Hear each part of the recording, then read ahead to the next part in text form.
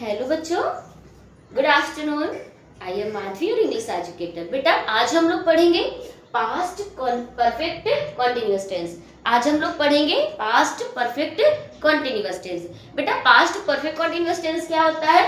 जिन हिंदी वाक्यों की क्रिया के अंत में, जिन हिंदी वाक्यों की क्रिया के अंत में रहा था, रही थी, रहे थे दिया रहता है टाइम के साथ में। अगर टाइम के साथ में जिन हिंदी वाक्यों की क्रिया के अंत में रहा है, रहा था, रही थी, रहे थे दिया रहता है और टाइम भी दिया रहता है, that was called past perfect continuous tense. Same present का भी यही रूल होता है कि टाइम रहता है, रहा है, रही है, रहे है दिया रहता है। इसमें रहा था, रही थी, रहे थे दिया रहता है और टाइम दिया रहता है। आप ऐसे भी लर्न कर सकते हो, से रहे थे, से रहा था, ठीक है, से रहे थे, से रहा था, से रही थी, ठीक है। यहाँ पर भी क्या है आपका पास्ट परफेक्ट कॉन्टिन्यूअस टेंस है। अगर हम लोग इसकी इंग्लिश की डेफिनेशन समझते हैं तो past perfect continuous tense is used to show an action that started in the past and continued for some time before another action happened in the past। मतलब क्या हुआ कि पास्ट परफेक्ट कॉन्टिन्यूअस वह tense होता है जो कि past में स्टार्ट हुआ होता है, ठीक है, और तब तक कंटिन्यू रहता है जब तक कि कोई दूसरा काम शुरू नहीं हो सकता है। जैसे एग्जांपल हम लोग देख लेते हैं, जैसे she had been studying for 2 hours before the exam started। मतलब क्या हुआ इसका कि वह 2 घंटे से पढ़ रही थी जब तक कि एग्जाम स्टार्ट नहीं हो गया, ठीक है। समझ आया बेटा? इतनी बात पास्ट कंटिन्यूअस की आइडेंटिफिकेशन समझ ली। से रहा था, से रही थी, से रहे थे, ठीक है, से रहा था, से रही थी, से रहे थे, ठीक है। Past perfect continuous tense is used to show an action that started in the past and continued for some time before another action happened in the past. Clear है इतनी बात? पास्ट में शुरू होता है, ठीक है, कंटिन्यू रहता है, तब तक कंटिन्यू रहता है जब तक कि फ्यूचर में कोई दूसरा काम शुरू नहीं हो जाता है, ठीक है। जैसे एग्जांपल देखा हमने यहाँ पे, शी हैड बीन स्टडीइंग, वह तब से पढ़ाई कर रही थी, तब तक पढ़ाई कर रही थी 2 घंटे से जब तक कि दूसरा मीन्स एग्जाम शुरू नहीं हो गया, ठीक है। अब यहाँ पे की यूजर्स देख लेते हैं। इसके की यूजर्स क्या है बेटा? इसका की यूजर्स क्या है? देखो, action continue before another past action, मतलब कि एक्शन तब तक कंटिन्यू रहते हैं जब तक कि दूसरा में बेटा आपको कि action continue before another past action, मतलब कि जब तक कि एक्शन तब तक चलता रहता है जब तक कि दूसरा पास्ट का एक्शन स्टार्ट नहीं हो जाता है। दूसरी बात यहाँ पे क्या थी? टू शो ड्यूरेशन, इसमें कोई ना कोई टाइम ड्यूरेशन दिया रहता है, ठीक है। For, since, before, when, all day, all night, ये इनमें से कुछ भी आपको इसमें गिवन होगा। नेक्स्ट क्या है आपका? थर्ड की यूजेस क्या है? Cause of a past action, मतलब कि ये पास्ट का कोई कॉज होगा, कॉज मीन्स कारण होगा, रिजल्ट होगा, कोई आपने पास्ट में काम किया होगा उसका ये रिजल्ट होगा। जैसे कि ही वॉज टायर्ड, वह टायर्ड था, क्यों टायर्ड था? Because he had been running, क्योंकि वह दौड़ करके आया है। इतनी बात आपको हम आई होप समझ में आ गई होगी। क्या क्या समझ में आ गया? कि वो पास्ट का एक्शन होता है, ठीक है, एक्शन कंटिन्यू होता है जब तक कि दूसरा पास्ट का एक्शन शुरू नहीं हो जाता है। ड्यूरेशन होती है इसमें, ये कॉज होता है कब का? पास्ट के एक्शन का। जैसे he was tired because he had been running. इतनी बात समझ आ गई बेटा? चलो हम लोग इसका स्ट्रक्चर देख लेते हैं। इसका स्ट्रक्चर क्या होता है बेटा? Subject had been, first form of the verb मतलब base form, plus ING plus object, ठीक है, सेम है वही। मतलब इसका समझ में आ रहा होगा कि इसकी जो हेल्पिंग वर्ब है, इसकी हेल्पिंग वर्ब क्या है बेटा? Had been. इसकी हेल्पिंग वर्ब क्या है? Had been. लास्ट वाला जो हमने पढ़ा हुआ था, लास्ट वाला जो हमने टेंस पढ़ा हुआ था उसमें मैंने आपको बताया था कि अगर परफेक्ट गिवन होता है तो हमें हैड का यूज करना होता है, कंटिन्यूअस दिया रहता है तो वर्ब की फर्स्ट फॉर्म के साथ में आईएनजी का यूज करना होता है। सेम यहाँ पर भी देखो, कंटिन्यूअस है, परफेक्ट है, परफेक्ट है तो मैंने हैड लगा दिया सॉरी, कंटिन्यूअस है तो मैंने यहाँ पे V1 प्लस आईएनजी लगा दिया। क्लियर है ना इतनी बात बेटा? चलो अब अगर इसका नेगेटिव बनाना होता है तो हैड नॉट बीन, ठीक है, subject plus had not been plus V1 plus ING plus object. अगर इसका इंटेरोगेटिव है तो सेम प्रोसीजर होगा जैसा कि पहले मैंने प्रीवियस वीडियो में बताया था आपको कि अगर क्या से सेंटेंस स्टार्ट होता है तो उस टेंस की हेल्पिंग वर्ब को सबसे पहले रख देते हैं before the subject, then after you have to write another things. जैसे यहाँ पे इसमें 2 हेल्पिंग वर्ब्स है, मतलब हैड भी है और बीन भी है साथ में, तो सबसे पहले हैड लिखोगे, देन आफ्टर आप क्या राइट करोगे? Subject. First of them you have to write ठीक है। अगर इसमें जैसे मैंने पास्ट वाले में बताया था तो आपको क्लियरली समझ आ गया होगा उसमें कि सब्जेक्ट और सब्जेक्ट की बिफोर हेल्पिंग वर्ब का यूज करना है। तो यहाँ पे हैड और बीन दो है, इसमें दो है, मतलब कि हैड और बीन दोनों लगा हुआ है, ठीक है। तो had and been both are the helping verb of past perfect tense. इनकी जो पास्ट परफेक्ट टेंस के हेल्पिंग वर्ब है दोनों मिक्स है, ये कॉम्प्लेक्स में है, ठीक है। हैड भी साथ में ही इसका ऐड है। तो हम क्या करते हैं इसमें, ऐसे सेंटेंसेस में हम सबसे पहले हैड लगा देंगे बाहर करके और बीन सब्जेक्ट के जस्ट आफ्टर लगाएंगे। Had plus subject plus been plus verb की first form plus ING plus object, then after question mark, ठीक है। तो आपको इस तरह का फॉर्मेशन इसमें यूज करना है, क्लियर है ना इतनी बार, ठीक है। अगर WH फैमिली का कोई वर्ड होता है, WH फैमिली का अगर कोई वर्ड होता है तो first of them you have to use that word. सबसे पहले हमें उस वर्ड का यूज करना है, ठीक है। सबसे पहले आपको क्वेश्चन वर्ड राइट करना है, देन आफ्टर हेल्पिंग वर्ब में क्या लिखना है आपको, केवल राइट करना है हैड। आपको क्या राइट करना है वहां पे, only had, you have to write there only had, ठीक है। Then after you have to mention subject, after that been V1 plus ing plus object plus question mark. This was the final structure of interrogative sentences. चलो हम लोग कुछ sentences को practice भी कर लेते हैं यहाँ पे, ठीक है। कुछ सेंटेंसेस की प्रैक्टिस भी कर लेते हैं, चलो देखते हैं। अब देखो एक क्वेश्चन राइट करो, किसान सुबह से खेत जोत रहा था। क्वेश्चन बेटा राइट करो, किसान सुबह से खेत जोत रहा था,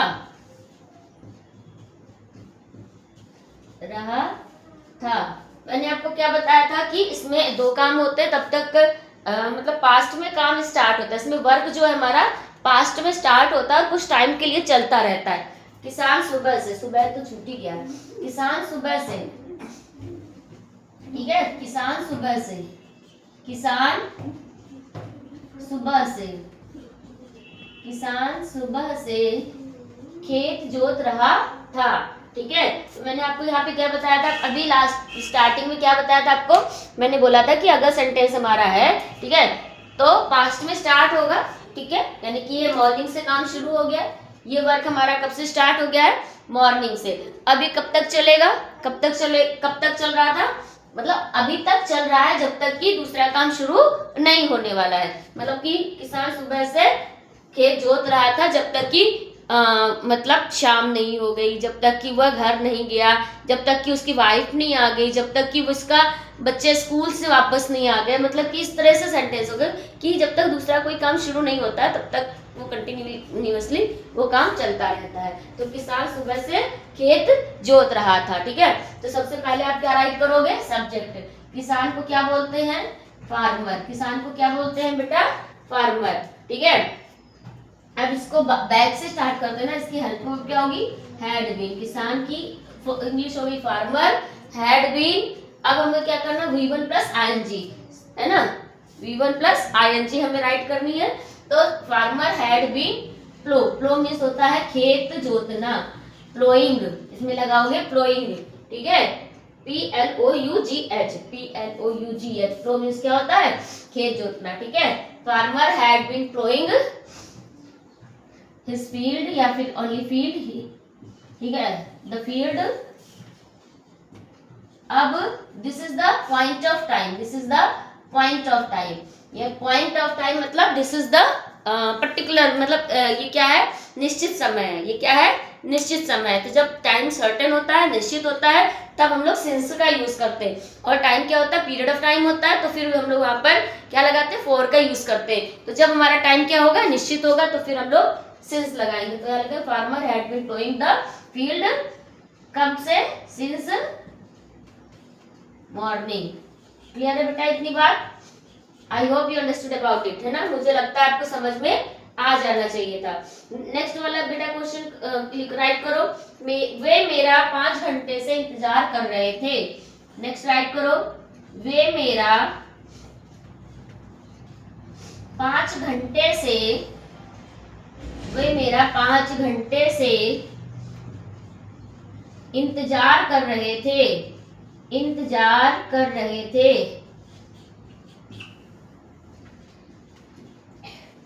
ठीक है। वे मेरा 5 घंटे से इंतजार कर रहे थे।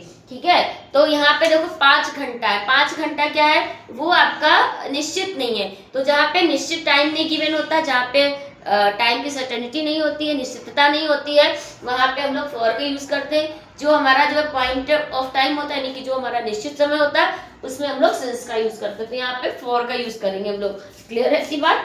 क्या लगाओगे सबसे पहले? दे। वे की इंग्लिश क्या होती है? दे। ठीक है, दे। अब हम लास्ट से स्टार्ट करेंगे। क्या करेंगे? दे हैड बीन वेटिंग, इंतजार करने की इंग्लिश वेटिंग ही होती है ना। They had been waiting for me. ठीक है, they had been waiting for me for कितने घंटे से? 5 घंटे से। For 5 hours, 5 hours. बेटा I hope you understood about both of the sentences, है ना। आपको, मुझे लग रहा है कि दोनों सेंटेंसेस समझ में आ गए होंगे। ठीक है, अगर बेटा इनको नेगेटिव में बनाना होता है, इनको हमें नेगेटिव में बनाना होता है, मतलब कि अफर्मेटिव सेंटेंसेस है ये सारे। ठीक है, अगर हमें इसमें नॉट लगा होता है, जैसे कि किसान सुबह से खेत नहीं जोत रहा था, तो अगर नहीं जोत रहा था, नहीं जोत रहा था, अगर यहाँ पे नहीं वर्ड गिवन होगा, तो हम लोग क्या करेंगे? नॉट यहाँ पर इंक्लूड कर देंगे। Farmer had not been plowing the field since morning। Clear है? अगर इसमें यहाँ पे होता वे मेरा 5 घंटे से इंतजार नहीं कर रहे थे, यहाँ पे नहीं आ गया, तो यहाँ पर हमको नॉट लगाना है। मतलब समझ आ रहा है? इसका मीन समझ आ रहा है आपको? It means they had not been not waiting for me for 5 hours। Clear इतनी बात बेटा?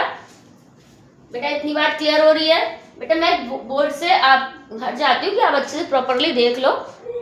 देन अगर इसके बाद भी आपको कोई भी लगता है कि you have any of the problem of that sentence, then you can message me. Okay, समझ में आया बेटा?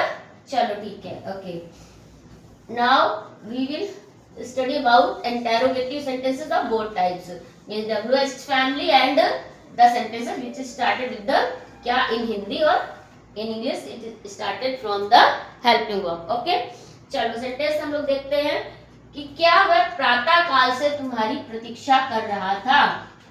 क्या वह प्रातः काल से तुम्हारी प्रतीक्षा, वही वेटिंग। ठीक है, प्रतीक्षा मतलब वेटिंग कर रहा था, क्वेश्चन मार्क। ठीक है, अब यहाँ पे हिंदी में क्या है? ये हिंदी में क्या वर्ड सबसे पहले है? हिंदी में क्या वर्ड सबसे पहले? तो हमें क्या करना है? सबसे पहले first of them we have to use the helping verb of that tense. सबसे पहले हमें हेल्पिंग वर्ब को लगाना है जिस टेंस का ये सेंटेंस होगा। हमको पता चल रहा है प्रातः काल से, सुबह से। प्रातः काल में सुबह से। क्या हुआ? सुबह से तुम्हारी प्रतीक्षा कर रहा है, सुबह से तुम्हारा वेट कर रहा है, तो यहाँ पे सबसे पहले क्या लगाओगे? इसकी हेल्पिंग। उसकी हेल्पिंग क्या बेटा? हैड। अभी जस्ट मैंने बताया कि इसके डबल हेल्पिंग मतलब हेल्पिंग हैड के साथ में बीन का भी यूज करते हैं, तो आपको हैड को केवल बाहर रखना है, बीन को सब्जेक्ट के बाद में राइट करना है। तो हैड और क्या लिखोगे? ही। और पीछे से सेंटेंस उठाना है ना आपको, ही के बाद जस्ट लिख दो बीन। Had he been. ठीक है, अब क्या क्या कर रहा था वो? क्या कर रहा था? Had he been waiting for you, waiting for you since morning. Since है ना, ये क्या है? सुबह से। सुबह क्या होती है? निश्चित होती है, सिंस मॉर्निंग।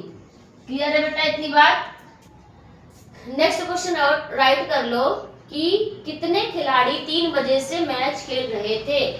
क्वेश्चन राइट करो बेटा, कितने खिलाड़ी